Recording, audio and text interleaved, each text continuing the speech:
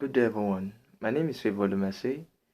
Welcome to my YouTube channel, and I'll be taking us on what I titled The Word of Truth.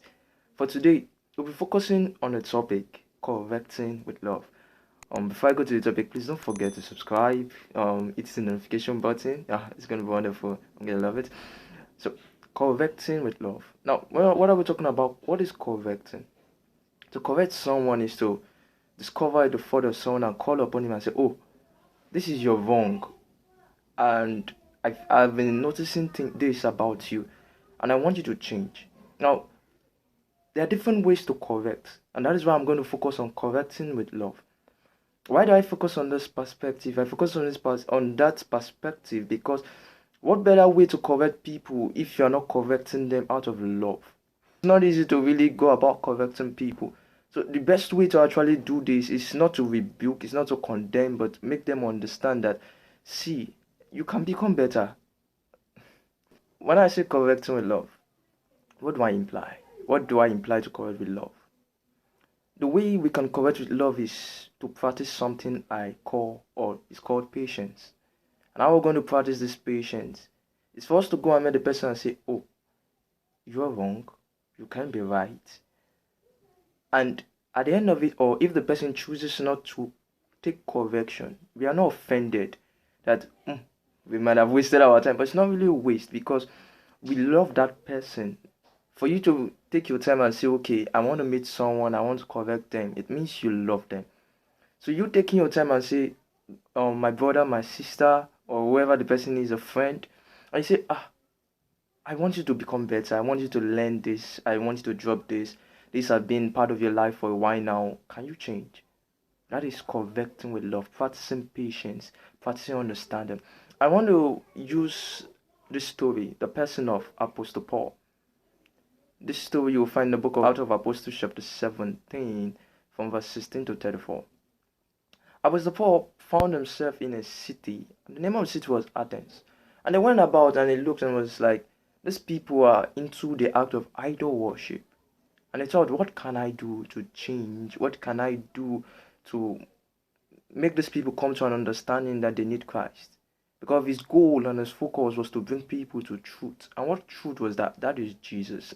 Jesus, the author and finisher of our faith, the way, the truth, and the life, the pathway to the Father. So with time, he went and he spoke about Jesus. Then someday he was given a platform. Come and speak to us about Jesus. This man you have been talking about on the street, you have been contemplating with people. Why not come and talk to all of us? He went there, he spoke about God, the God, the creator of heaven and earth, Jehovah, in whom we live and breathe and have our being. He spoke on him, and he began to speak about his son. And when he branched into the topic of resurrection, the people looked and mocked and like, what is this man saying? You are bringing something new to us and you're talking about resurrection. It's not possible. They didn't believe him. But some other persons believed him. But one thing you must realize is this. The person of Apostle Paul could have gone there and said, "Oh, I'm more knowledgeable than these people. I know Jesus Christ." He would have insulted their ignorance. He could have slapped them with a lot of verbal words. But no, he did not. His focus was to bring them to a knowledge of truth. His focus was, you guys may be wrong, but you guys can become right. If you choose, if you so choose. Though people did not listen to him, not everyone actually, didn't sparkle. That is you practicing patience. That is you, like, I want to help, I want to assist, and the way and whatever way I can, I would. That is the Apostle Paul for you. Then something you must not forget, and something that is very important as you go about trying to support people.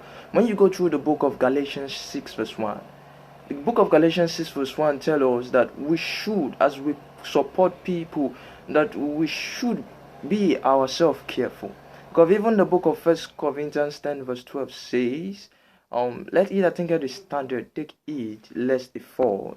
You can't go about correcting others when what they are doing, you are doing. What they are doing, you are doing. How then are you correcting them? That is hypocrisy. So as you correct others, be careful. Don't go about searching for secret fault. Oh, is he also doing this? Is he also doing that? No. You notice something about his life. You need to correct him.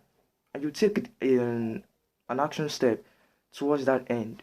Be careful yourself, because of, as you look and say, oh, is involved in this, you yourself may fall into it. So as you go about correcting others, be careful. Above all, one thing you must understand that the person you're correcting may choose to listen. The person may not choose to listen. We can't tell. It's until we have done correcting the person. But one thing above all is prayer. We can't we can't stress this out. We can't remove it. It cannot be out of the equation. Prayer is key. The person may listen, the person may not listen, or the person may want to listen but may still be struggling.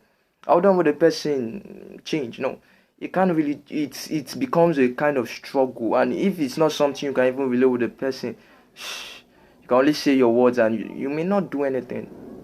That's why I say prayer is very important. Just like on the book of James 5 verse 16. It says, confess your faults one to another, pray one for another, that ye may be healed. The effectual fervent prayer of a righteous man availeth much. So brethren, you must understand that according to James chapter 5 verse 19, that whosoever corrected a brother or converted a brother from error covers a multitude of sin. So don't shy away from it.